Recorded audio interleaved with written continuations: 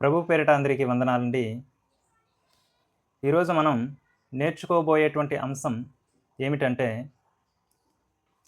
మన తప్పిదములకై దేవునిని నిందించడం న్యాయమా? మన తప్పిదములకై దేవునిని నిందించుట న్యాయమా? దేవుడు తన పోలిక చొప్పున తన సంకల్పంలో మనల్ని సృష్టించాడండి. మంచి చెడులను ఆలోచించగలిగేటువంటి మంచి జ్ఞానాన్ని దేవుడు మనకు అనుగ్రహించాడు. అయినప్పటికీ కూడా మనం చేసేటువంటి చిన్న పొరపాట్లకు కూడా దేవుని నిందించడం న్యాయమంటారండి? కాదు కదండి. మనం ఆలోచించాలి కదా. మనిషిగా మనం ఆలోచించాలి కదండి. కాబట్టి మనకు బైబిల్ ఏం తెలియజేస్తుందో ఒకసారి మనం బైబిల్ నుంచి కొన్ని విషయాలు మనం నేర్చుకుందామండి.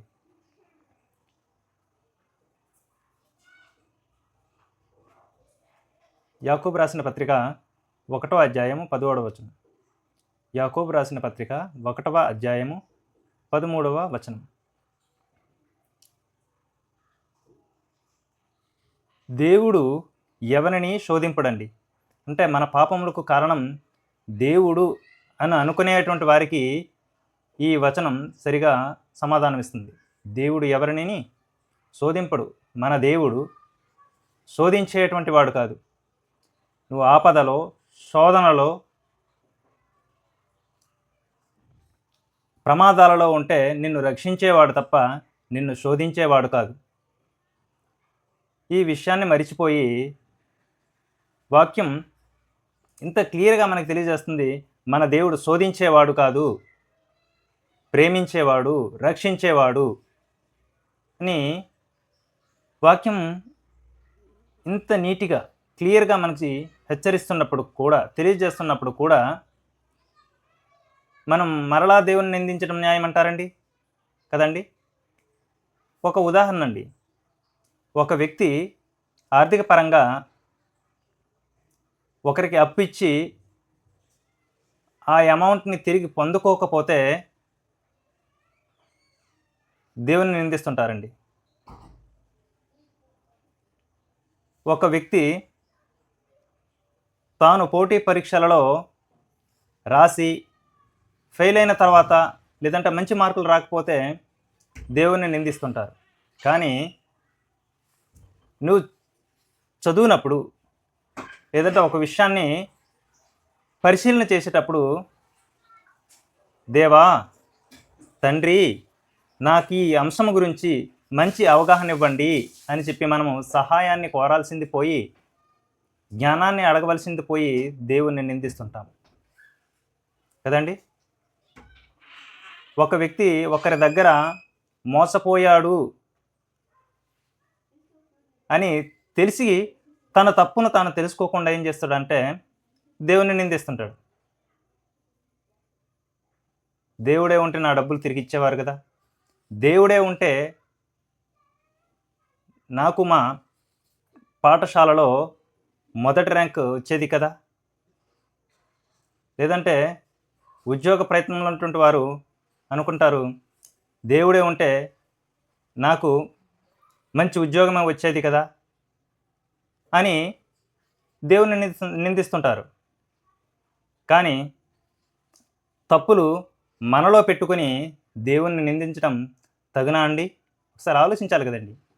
మనం మనుషులం కదండి. దేవుడు నీకు మంచి జ్ఞానాన్ని ఇచ్చాడు.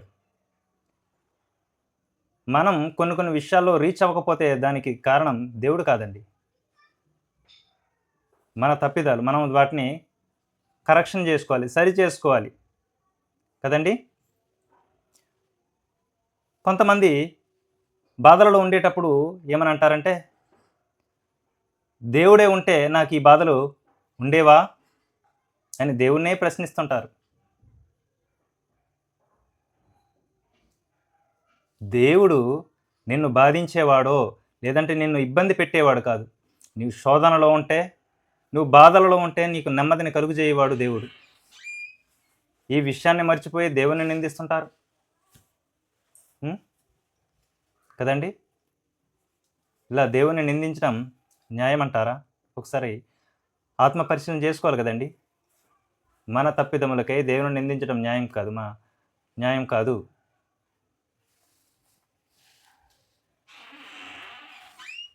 ఇంకా ఒకటి వాస్తవం ఏంటంటే, క్రైస్తవులుగా మన మీద ఎన్నో నిందలు,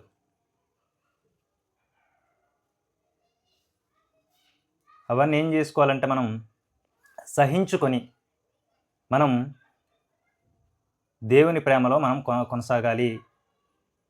మనము వెనుకున్నవి మరిచి ముందున్న వాటికి మనం పరిగెత్తాలి.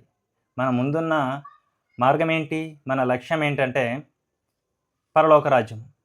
దానిని సంపాదించుకోవాలంటే భూమి మీద నిందలు, అవమానాలు, శ్రమలు ఇవన్నీ తప్పవండి క్రైస్తవునిగా.